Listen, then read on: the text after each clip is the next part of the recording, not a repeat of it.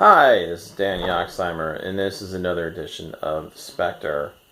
And I was watching the debates last night, the Republican ones, of course, because that's usually what people are watching, because they're supposedly the most entertaining. And they were uncharacteristically calm, civil, if you will. I wouldn't say that civil. They were still kind of jabbing at each other.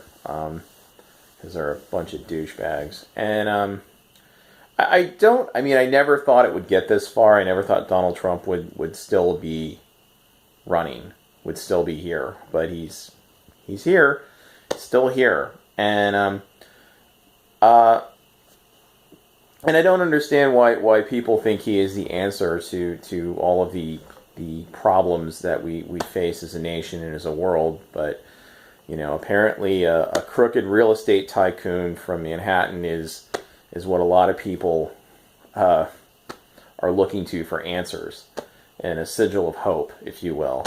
But he's still a dick.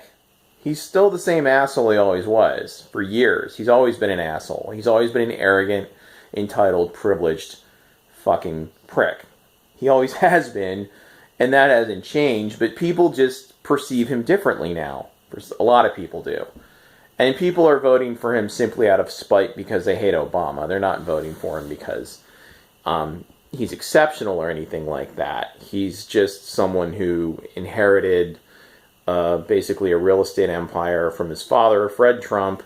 And while he's made money, I mean, he's made it in very shady ways. And for God's sakes, just look it up.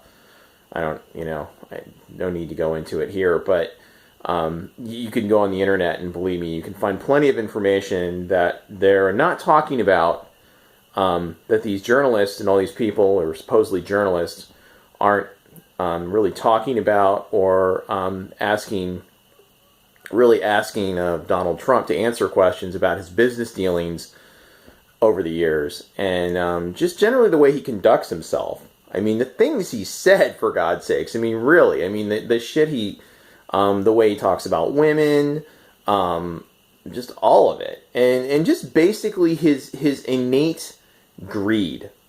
He really is. He epitomizes, just the, privilege, and I don't want to use the term white American male, but just being just the ultimate, pompous douche. And some people, for some reason, think that this guy's the answer. He is. You had a president, and I'm not saying he was perfect, but you had a president who was classy and seemed to have some moral fiber to his being.